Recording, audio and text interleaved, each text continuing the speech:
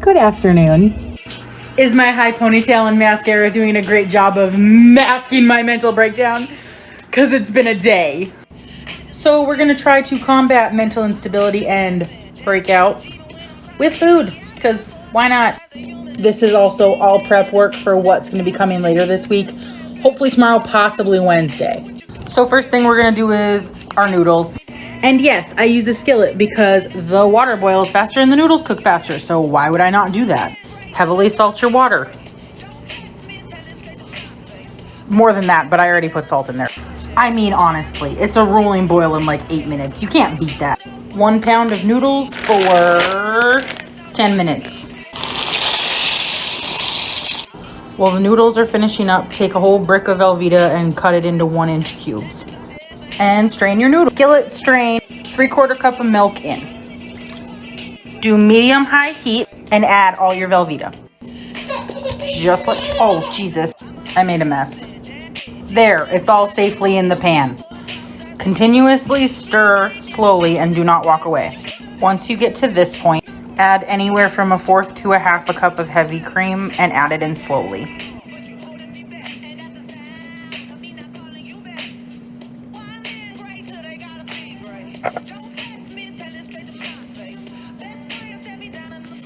And then we are going to add 3 slices of Munster and 3 slices of Gouda. And let it melt. But also continuously stir so that your Velveeta doesn't burn in the pan. Once those are melted down, turn your pan off. And then we are going to add small amounts of Dijon and stone ground mustard. Dijon. Stone ground. And mix it in. A little bit of salt. A little bit of pepper. Stir that in. And then add your noodles back in. And then mix all of those in. And that looks divine. But we're not done. Take 2 mini loaf pans, like so, and start filling them up. Just like that. Put lids on them, and then these are going in the freezer. Why are you putting perfectly good mac and cheese in the freezer? Well, the second part of food prepping for today. We have about 3 pounds of thawed ground beef here, and basically all we're gonna do is put all the seasoning in it and then let it marinate overnight.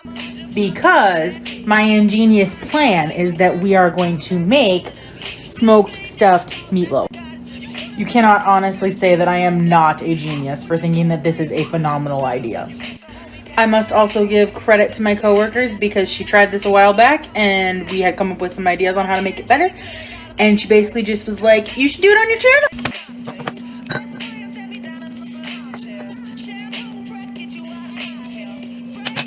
I'm not going to do a full speed through of everything that I put in there because it would take up the rest of the video. But basically just put all your seasoning in there and mix it.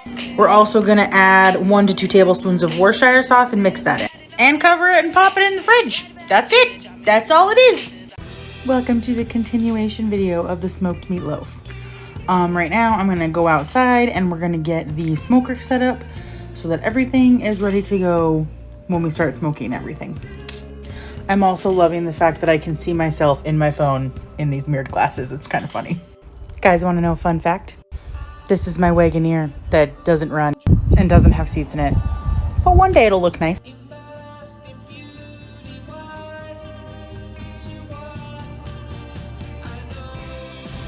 So I have a Green Mountain.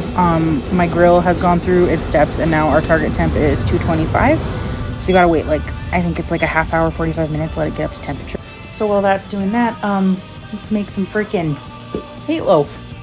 I'm going to use this 8.5 cup Rubbermaid container for a guide. And we're gonna start with bacon. 4 slices of bacon in your mold. Then we're gonna dig into our 3 pounds of ground beef and just put some of this into our mold and get it flattened out. So we have a decent layer of meat in there right now. And then we're gonna take our mac and cheese block, which this is exactly why I use aluminum pans, is because you end up having to cut it out. I'm going to line it up and then fill around it. So we have our sides packed in, but I do have a slight issue. I am running low on ground beef. So we might have to finesse this a little bit. And originally I thought I was gonna have enough for 2, so whoops. So I ended up shaving the edges of the mold to make sure that I had enough beef to cover the top. So now what we're gonna do is gently pull the bacon up on the edges and tuck it over so that that is all nice and tucked, like that. So I'm gonna use just a plain Jane aluminum pan on a cookie sheet. That way it's easier to slide in and out of the grill. And we're just gonna kind of take our mold and flip it into the pan. I'm not gonna record it because it's gonna be messy. Pro tip, take a spatula and just kind of run it along your bacon pieces to release the edges because it's all pressed in there pretty tight. And this mold size actually fits in this pan like perfectly, so that also makes it a lot easier.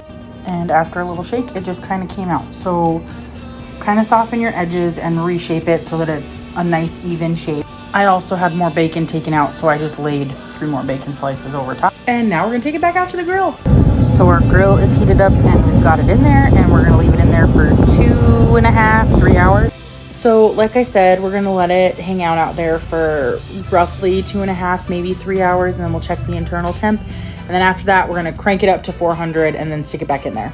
So first we're gonna take 2/3 cup of light brown sugar and in 2 cups of ketchup,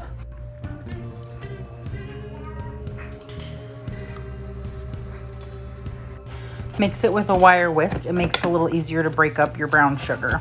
And then we're gonna add roughly 2 tablespoons of Worcestershire, a little bit more if that's what you like. That looks right.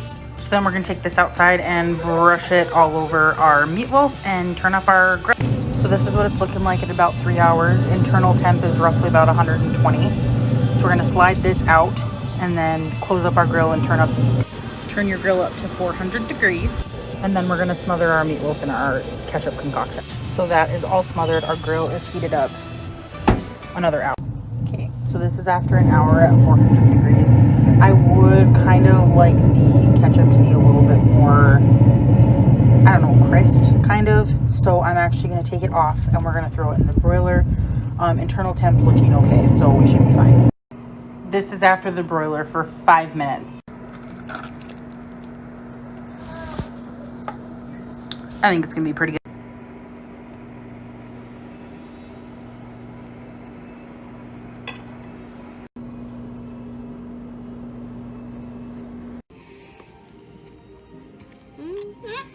Is that pretty good? Is that pretty good?